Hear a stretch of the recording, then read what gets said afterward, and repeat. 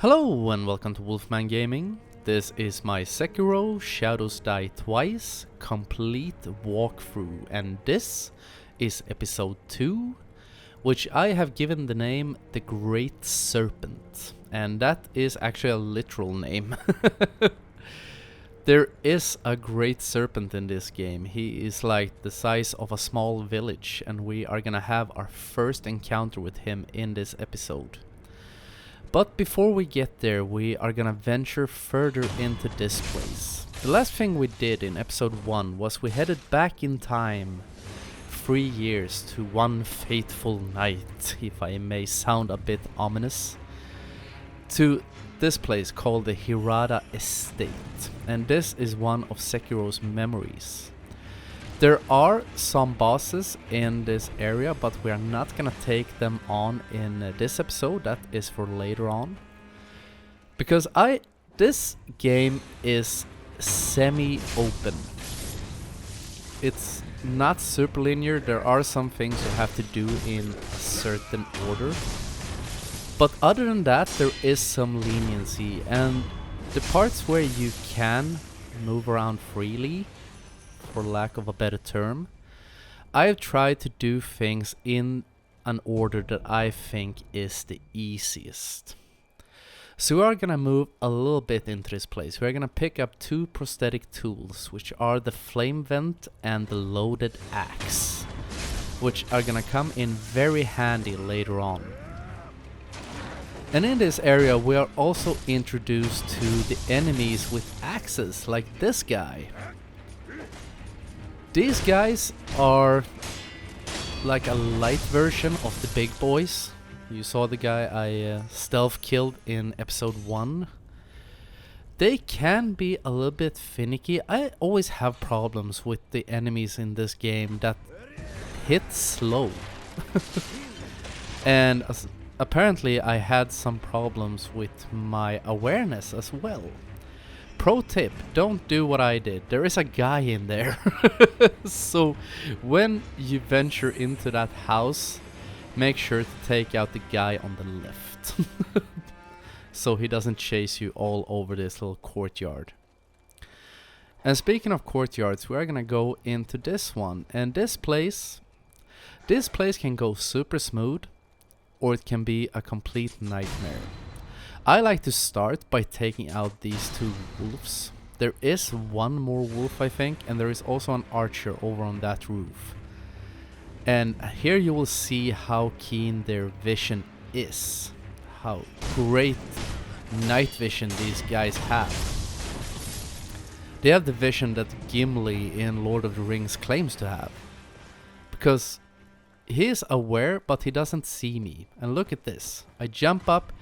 I was over the top of the roof for a split second, and he immediately locked on at me. And you see, there is quite a big distance between me and him. And the only thing saving me from getting an arrow in the head is the very top of this roof.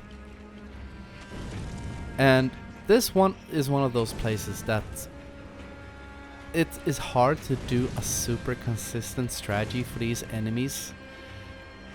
It's not gonna play out probably exactly the same for you as it does for me. But what I think you should do, my advice to you, is to just look for opportunities. Try to divide them as best you can and take them out one at a time. Because that will make this so much easier. Because I have played through this game 4 times, and I actually re-recorded like the first 2 hours of this game when I started creating this walkthrough, because I had a shit run through this courtyard. And if you ever feel overwhelmed, everyone is chasing you, because as you can see there are quite a few enemies in this little area. Feel free to jump over the wall into the area we came from and let them lose track of you and go back to your patrol patterns and sneak back in. Because you are a shinobi and there is no shame in taking the slow approach. And these guys try to throw pots of oil at you. And they do that because if you're drenched in oil and one of those torch guys hit you, you are more likely to be set aflame. And flame can be put out by consuming dowsing powder that you can also find in this area. And it can also be used to make enemies more flammable, and that's what we're gonna use on the one of the mini bosses we're gonna take down in this episode. And I recommend that you try to get, if I get 4 bottles of oil. And I did a practice run of this game before I started recording, and on my practice run I had 10 bottles when I got out of this place and took down that mini boss. And I would say that 3 or 4 pots is the minimum amount you should have going into that fight. I think, I'm not 100% sure that Anayama, the peddler, the guy we were talking to about eavesdropping on soldiers, I think he sells oil. I'm not 100% sure, but these enemies do drop them on occasion. So if you feel that you are short stacked, just go back to the sculptor's idol, reset this area, and go in, kill 2 or 3 of these guys, go back. And whenever you go back to a sculptor's idol and rest, your healing gourd was what I was gonna say, and life bar resets. And just next to the little bonfire, I'm talking so much so I missay that, I picked up the flame barrel. It's just next to the bonfire. And that is my first death in this walkthrough. The first time you die, this happens. You go into a cutscene where Kuro tells you to live again, and you get your resurrectability. And that is one of the most embarrassing deaths I have ever recorded of myself. And luckily for you, you get to see it. Because I got through that entire courtyard with all its enemies and wolves and archers and shit, and lived to tell the tale. And I was gonna run up and do a running swing at that guy, missed, and got clocked in the back. And that is what happens in this game. If you get sloppy, or you don't respect enemies, that will happen. Because there are no cannon fodder enemies in this game, more or less. Anything can kill you. Anything and everything, and it will, given the opportunity. And these roosters are not to be underestimated. When they attack, they have a jumping attack. Think, yes, there he goes. Do not get caught by that attack. It does a surprising amount of damage.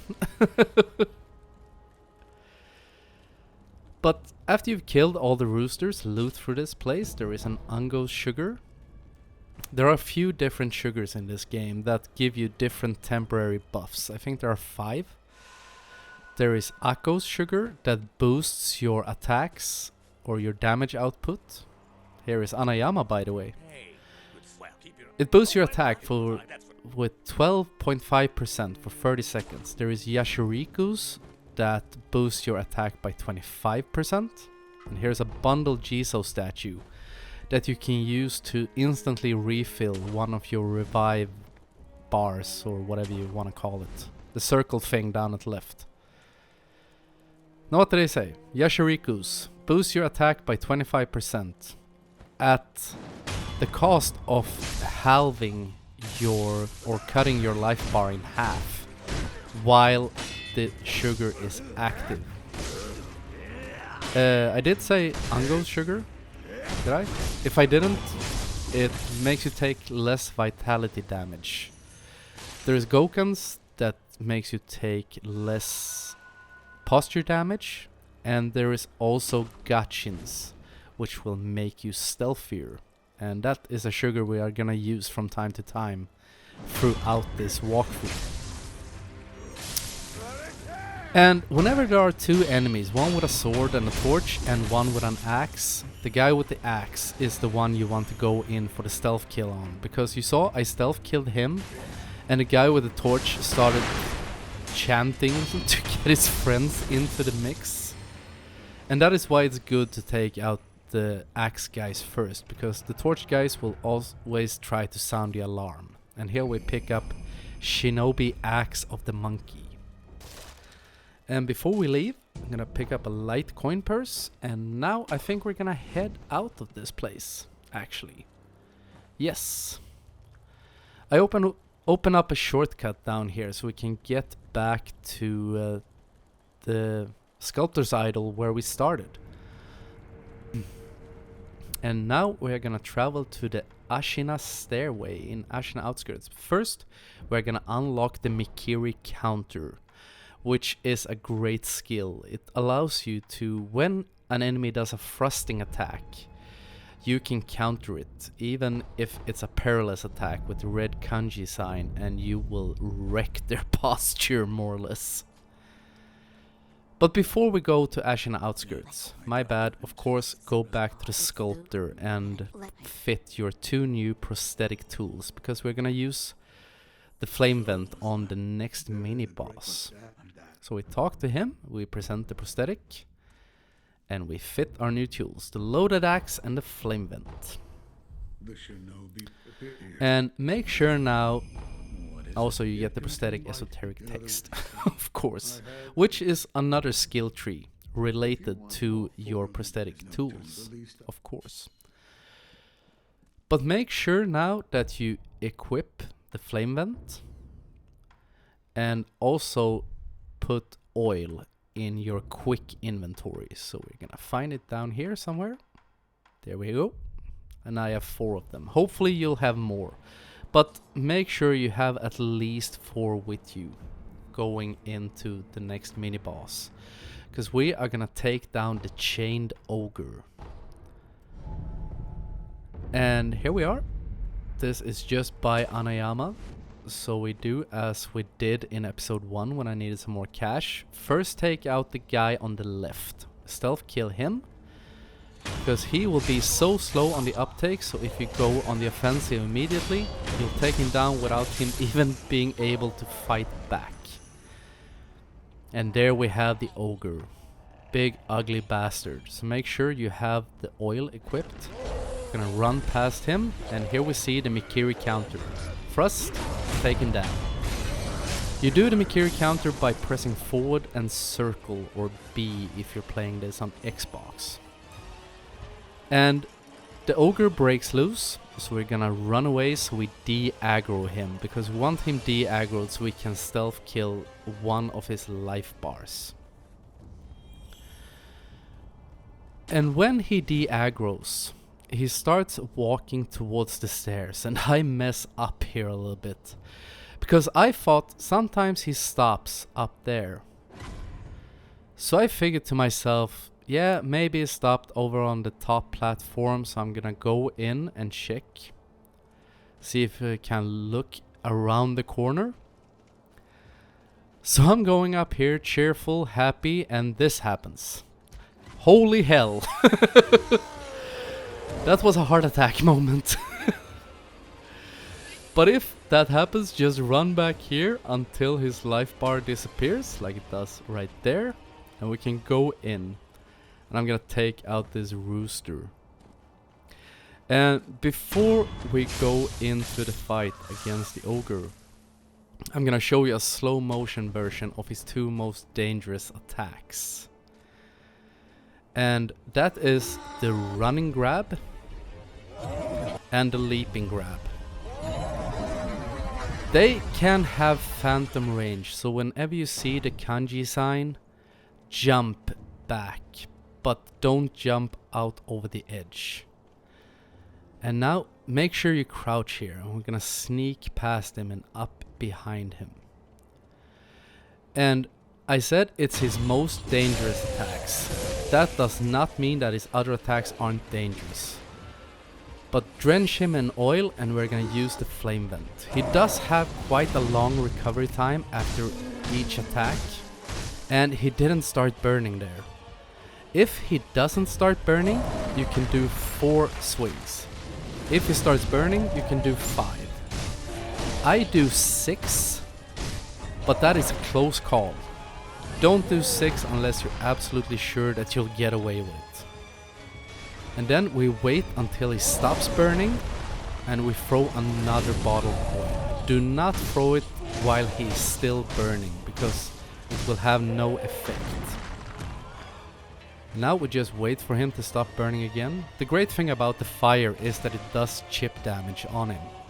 So we just bait one more attack and go in with the flame beam. He starts burning, and then we just grind his ass into the ground. He is usually very easy when you know how he works, but he is not to be underestimated. All his attacks have the potential of one shot killing you unless you're at full health. And his grabs, he can throw you. And if you're really unlucky, he'll just throw you over the edge and down into the abyss. So be careful and use the flame vent and oil. And here we pick up another gourd seed. And we're gonna take out our second mini-boss in this episode, which is a general, much like the one in episode 1, but we're gonna use a different strategy on him. And the first thing we do is run past this entire arena and down to this sculptor's idol.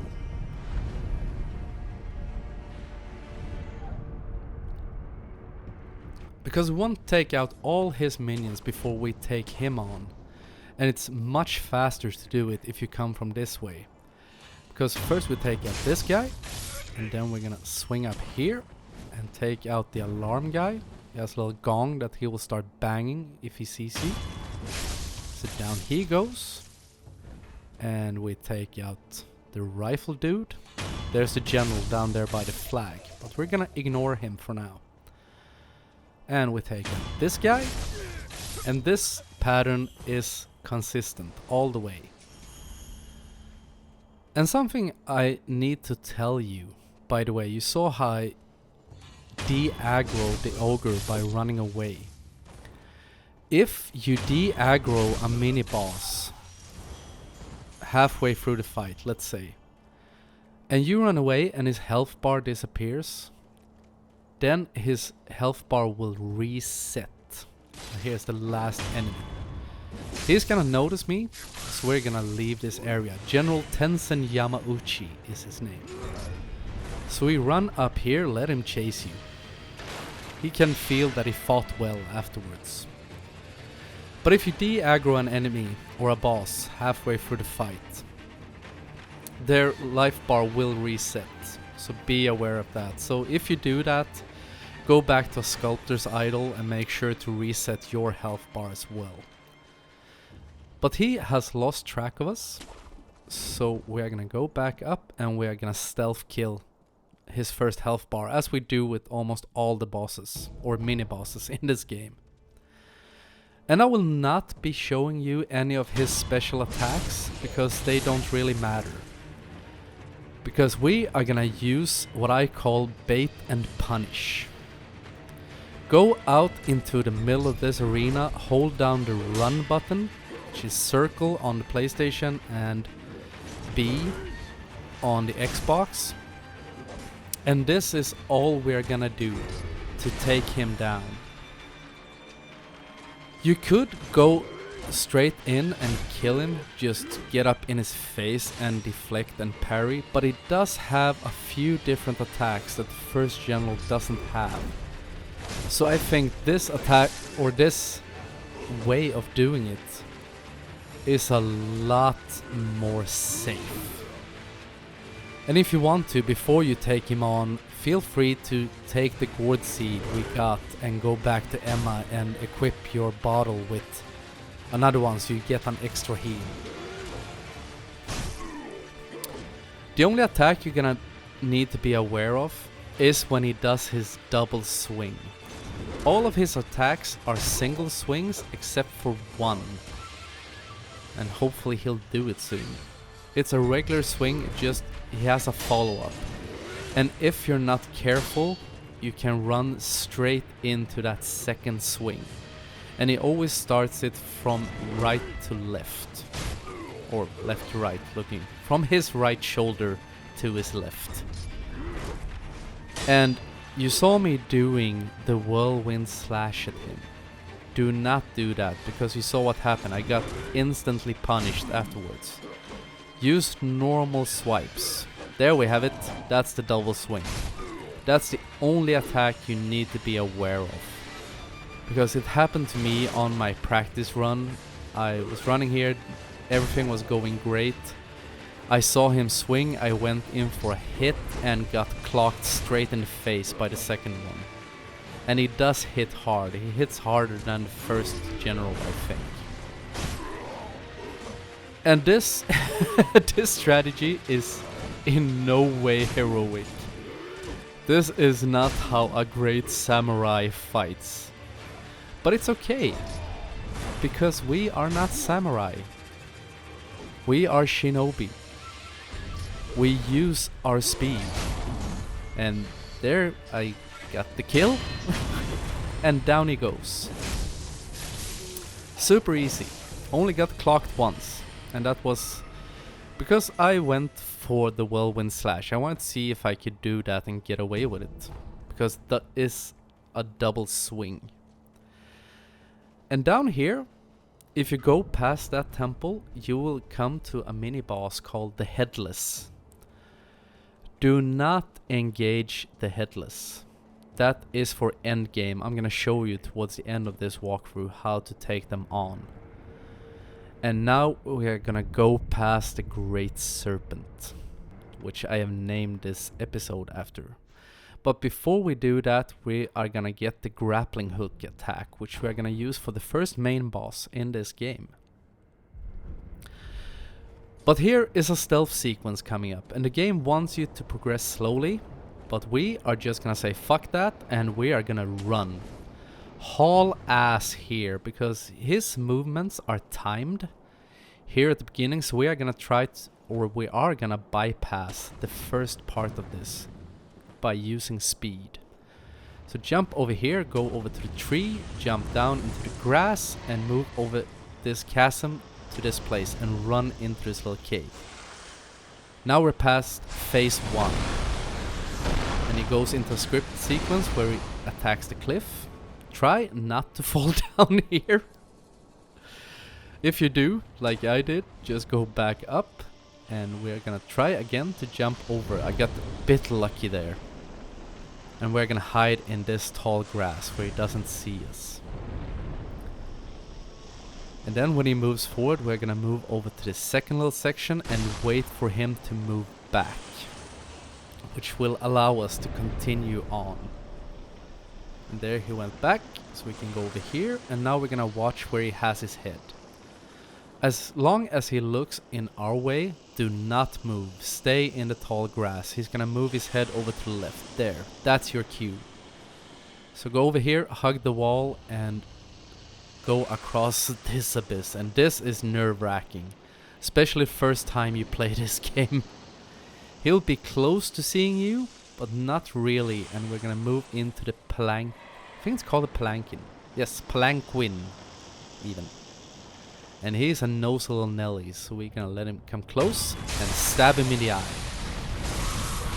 And now it's time for speed again, because now he's pissed. Run this way, jump over, and be quick. He's after us. Up there, in there, and run. Jump up here, double jump, and run. Once again, because he's chasing you. But as soon as you get up here and everything calms down, you'll see him down there. You see he's huge.